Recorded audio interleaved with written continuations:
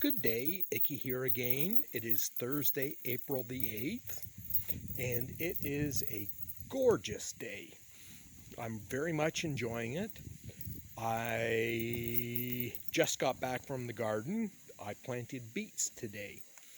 Tomorrow, I believe, is going to be carrots and parsnips. Um, yeah, some of my parsnip seeds are over a year old, and my understanding of that is extremely poor germination. So I will be sowing very, very thickly.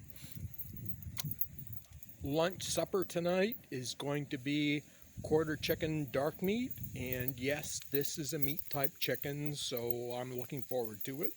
I'm gonna make some gravy up to pour over the top. I really thought I was going to be done with boiling maple sap, but I'm pulling the buckets, the lids, and the spiles out today. And as I bring the buckets over, I empty them into the pan here. And there's a lot more sap than I thought there was. So probably another day. I hope it's not another day and a half. Anyways, Bailey's being good. Uh,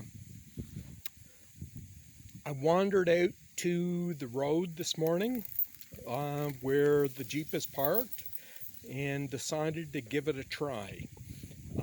There was 40, 60 feet of snow that was still a foot deep on the driveway.